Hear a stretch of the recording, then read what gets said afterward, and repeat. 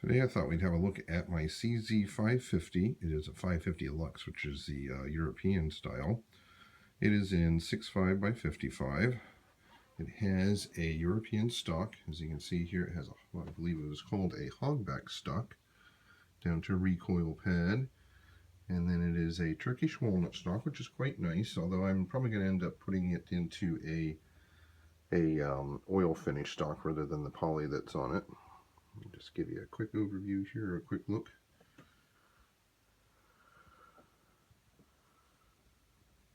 And then we'll get into describing everything.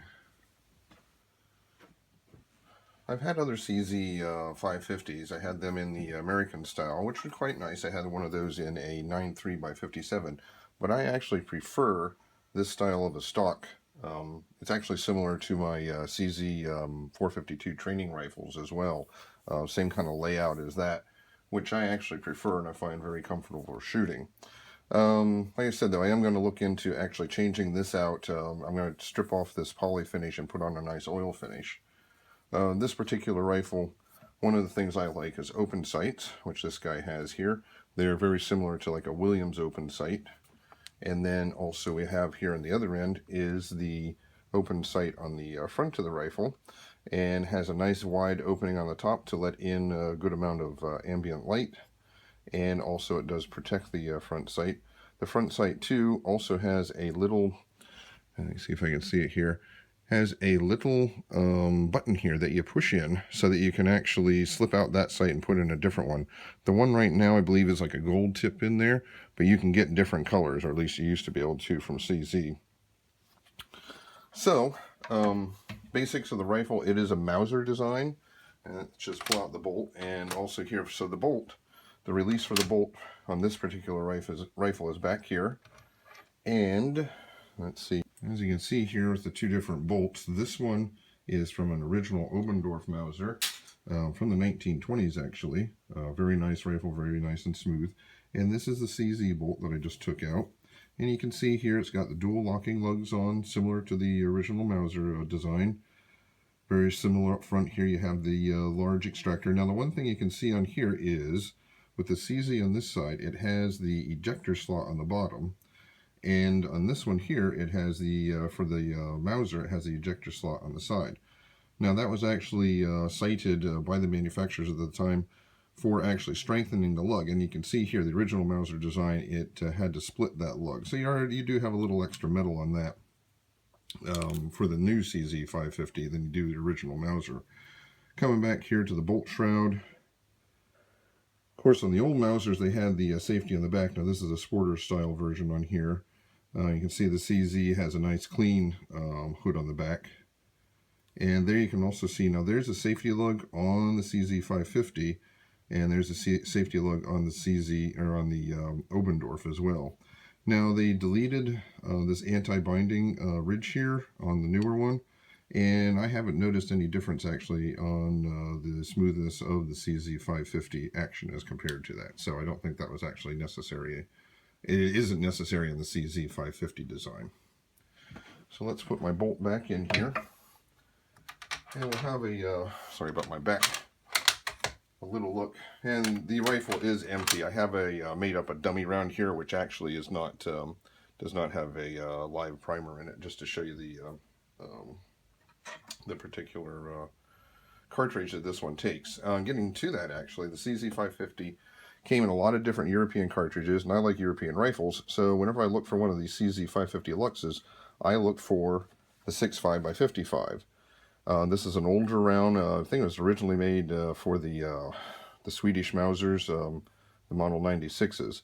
So it is a long bullet compared to its width, just because of the diameter of 6.5 millimeters. So I usually get those in, I like a 140 grain. Now these here are PPU, a brand that brings in a whole bunch of different European calibers right now, and one of them is a 6.5 by 55. Very good brass for reloading, and actually accurate cartridges and hunting cartridges you can use as a soft point boat tail that you can actually use for hunting if that's your thing. So the other thing that I did with this particular rifle, since it has the iron sights on it here, which I like, I wanted to be able to actually use them. I grew up shooting actually with a see-through scope, so I still like using the iron sights even though I'm in my 50s now. So what I ended up getting was the Talley mounts. And you can see here, CZ makes their receivers to actually take a specific type of mount. And Talley has these neat little quick release mounts, and you can see here's the levers on this side. Now what you need to do is, all you need to do to take the thing off of here, let's get some good, is you need to take these counterclockwise. I'm going to hold on my scope because it can actually fall off of there. Loosen it up, turn it to the side, and boom, off comes your scope. Well, let's have a quick look here at the receiver. So this is the receiver, and you can see here, actually, there's a little notch that holds it for a recoil, and then the receiver is milled out front and back with a slot that specifically uses CZ550 scope rings. I think that's a very nice setup. And let me take a look here quick at the Talley mounts as well. And you can see here it's very easy to take this on and off. So let me just throw it back on real quick just to show you how easy it is. You just get your notches together, you rotate these things back, snug them down. And one thing about them I found is when you snug them down, make sure, and you can change the orientation by changing where the screw is, that the recoil will actually tighten them rather than loosen them. I had a Jaeger mount that would actually loosen up about 8 shots or so. So those are the Talley mounts. I've got a nice Leopold scope on them right now. Oh, here. If that's actually the Talley mount box that they came in, for a little plug for them, because I think they're a very nice scope mounting apparatus. I'm trying to think. I think they're right around $100, which isn't bad for a quick detachable scope mount. One of the other things that I like about the European designs is that they still actually have it so that you can lock the bolt with the safety. Now, if you can see here, let me bring this over so we can have a good look at it. Here's the safety on the side. Now the safety has a 3 position, and if you look here real close, right now the red is showing here. Okay, that means fire. Again, we're empty. And we can pull the trigger. Boom. Okay, so 3 positions. One back is, you can still open the action to unload it, and it locks the trigger. Remember, in the front was the fire position.